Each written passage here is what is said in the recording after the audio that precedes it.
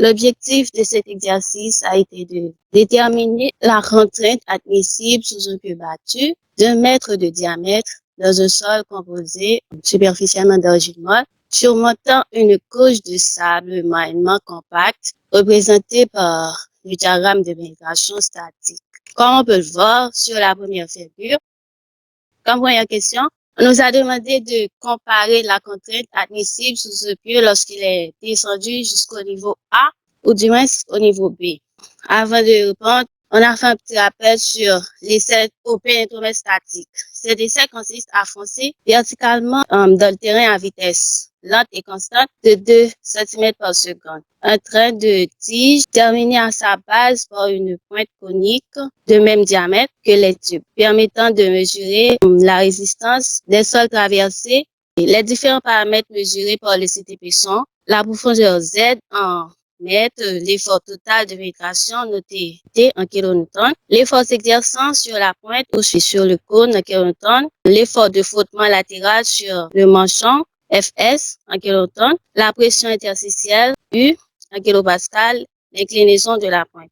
Pour les pieux de dimension constante, lorsque la fiche est suffisamment importante, on voit que la résistance à la pointe de pénétromètre statique est très voisine de celle du pieu. En pratique, on négligera le frottement latéral et on prendra comme le suggérait les symboles de Hollande un coefficient de sécurité égal avec 2. Pour revenir à la question posée, alors la pression admissible vers la pointe du pieu Q admissible sera donc donnée par la formule suivante. QT égale avec RP sur 2. Au point B, comme on l'avait vu sur le schéma, est égal à 100 mégapascal. Alors, on a que admissible au point B égale à 10 mégapascal sur 2, qui est égal à 5000 kilopascal. Lorsque le pieu n'est pas encastré dans la couche porteuse à une profondeur au moins égale à la flèche critique, on doit procéder à un abaissement sur la valeur qui est admissible qu'on vient de calculer là-haut. Comme conclusion, on peut dire qu'à l'entrée d'une couche compacte, la résistance à la pointe du pieu est sensiblement égale de la moitié du pénétromètre statique. Pour les flèches intermédiaires, on fera une interpolation entre RB sur 2 et RB sur 6, ce qui nous conduit à qui est admissible égal avec RB sur 2 plus RB sur 6, le tout divisé par 2, ce qui donne que Q admissible égal avec 3,4 mégapascal. Pour la question 2, on demande de calculer la contrainte sous un pieu battu de diamètre au niveau A et B.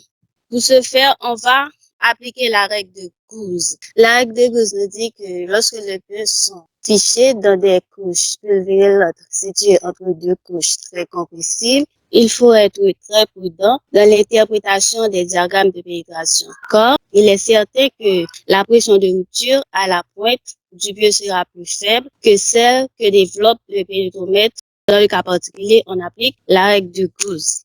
Pour expliquer ce schéma, suite à de nombreux essais effectués en Hollande, Gauss propose de construire la manière suivante. C'est ce qu'on a entendu voir. Sur cette figure, le diagramme de pénétration d'un pieu de diamètre B à partir du diamètre relevé avec un pénétromètre de diamètre petit b. On conserve les points L et M aux deux limites de la couche porteuse, mais on modifie la porte du diamètre en adoptant pour la courbe relative au pieu des angles alpha et bêta, tels que tangente alpha 1 égale avec grand B sur B, tangente alpha, et tangente bêta 1 égale avec grand B sur petit b, tangente bêta. L'expérience montre que généralement, alpha est plus petit que bêta. C'est encore des explications sur la règle de Gauss. Il est absolument indispensable, avant d'utiliser la règle de Gauss, de s'assurer par de nombreux essais de pénétration que la couche résistante a une épaisseur uniforme, car où celle-ci ne le serait pas, on devra bien entendu de tenir compte de l'épaisseur la plus faible. Pour pouvoir répondre à la question en appliquant Gauss, on a trouvé que Q admissible est égal ensemble avec RP sur 4, qui est égal avec 97 décanewtons par centimètre sur 4, qui est égal avec 2,425 mégapascal, et aussi Q admissible au point B est égal avec 2,375 mégapascal. On remarque que la contrainte admissible sous un pieu de deux couches différentes, argile, molle et sable, peu compact, est plus grande que la contrainte admissible sous un pieu dans une tricouche, argile, molle, sable moyennement compact et sol peu compact. Donc, ce sont les références. Merci. Merci au groupe 4 pour cette présentation.